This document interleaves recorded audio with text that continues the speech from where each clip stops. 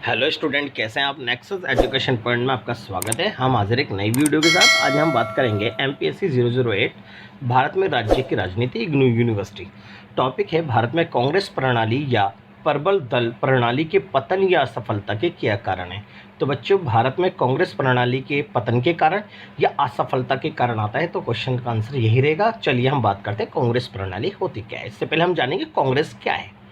भारतीय राष्ट्रीय कांग्रेस भारत का प्राचीन राजनीतिक दल है। इस दल की स्थापना 28 दिसंबर 1885 ईस्वी में दोपहर 12 बजे मुंबई के गोकुलदास तेजपाल संस्कृत कॉलेज के भवन में की गई। इसके संस्थापक ए.ओ. हयूम थे। तो बच्चों, ये भारतीय राष्ट्रीय कांग्रेस जो था वो 1885 में बनाया गया था और इसके संस्थापक ए.ओ. हयूम को मानते हैं। भारतीय स्वतंत्रता आंदोलन में भारतीय राष्ट्रीय कांग्रेस ने अपनी महत्वपूर्ण भूमिका निभाई। आज़ादी के बाद कांग्रेस सरकार का नेतृत्व पंडित जवाहरलाल नेहरू जी ने किया। तो बच्चों, भारतीय स्वतंत्रता आंदोलन में इस कांग्रेस पार्टी के नेताओं ने बहुत अपनी अहम भूमिका निभाई और अंग्रेजों को भारत में बाहर निकालने के लिए मजबूर किया। कांग्रेस ने समय समय पर विभिन्न आंदोलन चलाए। कांग्रेस पार्टी 1905 में विभाजित हो गई। फिर एक नरम दलीय और गरम दलीय। भारतीय जो महात्मा गांधी जी थे वो कांग्रेस के नरम दलीय नेता थे और इसकी भागदौड़ आज़ादी के बाद पंडित जवाहरलाल नेहरू जी को मिली। और भारतीय राजनीति के पहले 3 आम चुनाव में कांग्रेस पार्टी ने ऐतिहासिक जीत हासिल करी। जी, पहले आम चुनाव 1952, दूसरे 57 और तीसरे 67 में हुए थे। और ये तीनों जो चुनाव थे इतने ऐतिहासिक चुनाव थे जिसके अंदर कांग्रेस पार्टी ने भारी बहुमत मारा और कांग्रेस पार्टी एक दलीय प्रभुत्व के रूप में उभर कर सामने आई और इसके सामने वैकल्पिक दलों का अभाव रहा। देश के लगातार 3 बार पंडित जवाहरलाल नेहरू प्रधानमंत्री बने। फिर चौथे आम चुनाव में कांग्रेस की स्थिति गिरी, क्योंकि इसका सबसे बड़ा कारण था कि 1964 में नेहरू जी की मृत्यु हो जाना। नेहरू जी की मृत्यु के बाद लाल बहादुर शास्त्री जी को कांग्रेस पार्टी का कार्यभार संभाला और 66 में शास्त्री जी की भी मृत्यु हो गई। चौथे आम चुनाव में लगातार 2 प्रधानमंत्री की मृत्यु हो चुकी थी और कांग्रेस पार्टी के पास एक नेतृत्व का अभाव रहा। इसलिए चौथे आम चुनाव में कांग्रेस की स्थिति गिरी और पहले 3 आम चुनाव की तरह ये चौथे आम चुनाव चौंका देने वाले नहीं थे। यहाँ तक कि 9 राज्यों में भी कांग्रेस हार गई। और इसी दौरान चौथे आम चुनाव में कांग्रेस पार्टी का नेतृत्व संभालने वाले नेताओं का जो था वो आपसी गुटबंदी हो गई। एक तरफ सिंडिकेट चाहते थे कि हमारे में से ही कोई कांग्रेस पार्टी की भागदौड़ संभाले, जबकि कांग्रेस के युवा लोग श्रीमती इंदिरा गांधी को फेवर करते थे। 5वें आम चुनाव में इंदिरा गांधी जी ने फिर ऐतिहासिक जीत हासिल करी। यानी चौथे आम चुनाव में गिरी तो थी, लेकिन 5वें आम चुनाव फिर पहले 3 आम चुनाव की तरह चौंका देने वाले चुनाव थे और इसका जीत का सबसे बड़ा श्रेय था गरीबी हटाओ का नारा। परंतु सरकार 5वें आम चुनाव में यानी 1975 में छठे आम चुनाव होने थे, लेकिन कांग्रेस पार्टी बिल्कुल भी देश से गरीबी नहीं हटा पाई। इसके विरोध में देश में विरोध आंदोलन चलने लगे और सरकार ने इस विरोध आंदोलन को दबाने के लिए 25 जून 1975 में सरकार को आपातकाल लगाना पड़ा, जिसके कारण 1977 में छठे आम चुनाव हुए। यानी 2 साल आपातकाल लगा और 1975 में जो आपातकाल लगा इसमें अनिवार्य नसबंदी, मीसा कानून जैसी गतिविधियों को अपनाया गया, जिससे आम जनता में आक्रोश था और कांग्रेस पार्टी को उन्होंने छठे आम चुनाव में बिल्कुल भी बहुमत नहीं दिया और यहाँ पर हार हुई। इसके हार का सबसे बड़ा कारण कांग्रेस पार्टी में आपसी कलह और आपातकाल की घोषणा थी। 1980 में मध्यवर्ती चुनाव हुए, यानी सरकार गिर गई तो चुनाव हुए, इसमें कांग्रेस ने अपनी जीत पुनः हाथ दोहराया। इस प्रकार पहले आम चुनाव में कांग्रेस का एक दलीय प्रभुत्व बना रहा, परंतु इन दौरान कांग्रेस का एक दलीय प्रभुत्व अथवा कांग्रेस प्रणाली का अंत हो गया। तो अब बात करते हैं कांग्रेस प्रणाली या प्रबल दल प्रणाली के पतन के कारण या असफलता के कारण। पहला है कांग्रेस के कर्णधार नेता पंडित जवाहरलाल नेहरू जी की मृत्यु। जी, चौथे आम चुनाव में ने पंडित नेहरू जैसे महान व्यक्तियों के बिना ही लड़े। भारत पाक ने शास्त्री जी के रूप में राष्ट्रीय कांग्रेस और राष्ट्र को प्रभावशाली व्यक्तित्व प्रदान किया, किंतु वे अधिक समय तक नहीं रहे।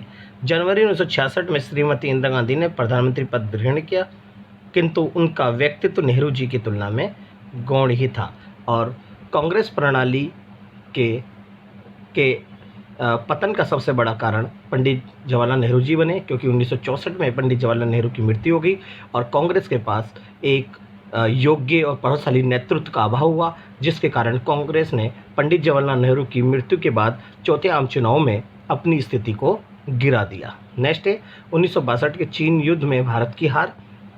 जी कांग्रेस प्रणाली का सबसे बड़ा पतन का कारण है 1962 में चीन द्वारा भारत पर आक्रमण और भारत की पराजय ने जनता की नज़रों में कांग्रेसी शासन को असफल सिद्ध कर दिया। साथ ही कांग्रेस 1967 तक चीन से भारतीय प्रदेश मुक्त न करा सकी, जिस पर चीन ने 1962 की लड़ाई में कब्जा कर लिया था और यह भी 1962 के चीन युद्ध में भारत की हार भी कांग्रेस प्रणाली के पतन में योगदान दिया। नेक्स्ट है 1960 का दशक एक खतरनाक दशक था।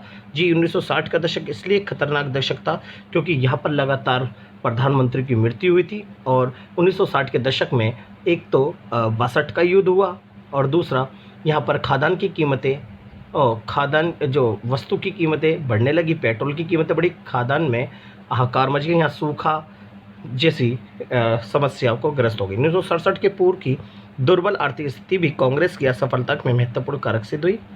खाद्यान्नों के अभाव और अत्यधिक महंगाई से जनता पीड़ित थी और साधारण जनता के लिए अपनी भरण पोषण करना दुर्लभ हो जाता रहा। शासन द्वारा रुपए के अवमूल्य करने से सरकार की प्रतिष्ठा गिरी और आर्थिक कठिनाइयों में वृद्धि हो गई, जिसके कारण कांग्रेस प्रणाली की स्थिति गिर गई। फिर कांग्रेस में गुटबंदी। जी कांग्रेस में गुटबंदी भी कांग्रेस प्रणाली का पतन का कारण बनी। 1967 के चुनाव में पूर्व ही कांग्रेस के गुटबंदी अपनी चरम सीमा पर पहुंच गई और कांग्रेस के ही कुछ नेता द्वारा कांग्रेस से पृथक होकर नए गुटों का निर्माण कर लिया। अजय मुखर्जी के नेतृत्व में पश्चिम बंगाल में बंगाल कांग्रेस, बिहार में महामाया प्रसाद के नेतृत्व में जन क्रांति दल और राजस्थान में कुंभाराम के नेतृत्व में जनता पार्टी ऐसे दल थे जिन्होंने कांग्रेस पार्टी की पराजय को सरल बना दिया। साथ ही आंतरिक गुटबंदी भी कांग्रेस की हार का कारण बनी और सबसे बड़ा आंतरिक गुटबंदी का सबसे बड़ा श्रेय गया हमारे सिंडिकेट के नेताओं को, जो कि सिंडिकेट कांग्रेस पार्टी के अंदर एक 5 वरिष्ठ नेताओं का दल था, उसे सिंडिकेट का गया। फिर आपातकाल की घोषणा। कांग्रेस की हार का सबसे बड़ा कारण 1975 में आपातकाल की घोषणा था।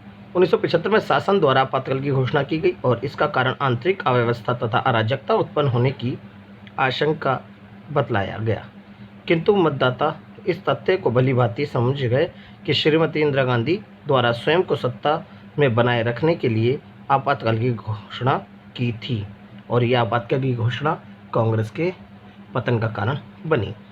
नेक्स्ट है कांग्रेस का विभाजन। जी कांग्रेस प्रणाली में कांग्रेस का विभाजन सबसे बड़ा कारण था। कांग्रेस का विभाजन हल्के हल्के चौथे आम चुनाव से देखने को मिला और इसके बाद कांग्रेस के विभाजन में 2 गुट बन गए। एक गुट जो 5 वरिष्ठ नेताओं का दल था जिसे सिंडिकेट कहा गया और जो कांग्रेस प्रणाली के जो युवा वर्ग थे उन्होंने इंदिरा गांधी को अपना नेता चुना, जिसके कारण कांग्रेस का विभाजन सिंडिकेट और इंडिकेट के नाम से विभाजित हो गया और ये कांग्रेस प्रणाली का पतन का कारण बना। फिर है राष्ट्रपति चुनाव। 1969 का राष्ट्रपति चुनाव भी कांग्रेस प्रणाली के पतन का कारण बना, क्योंकि 1969 में राष्ट्रपति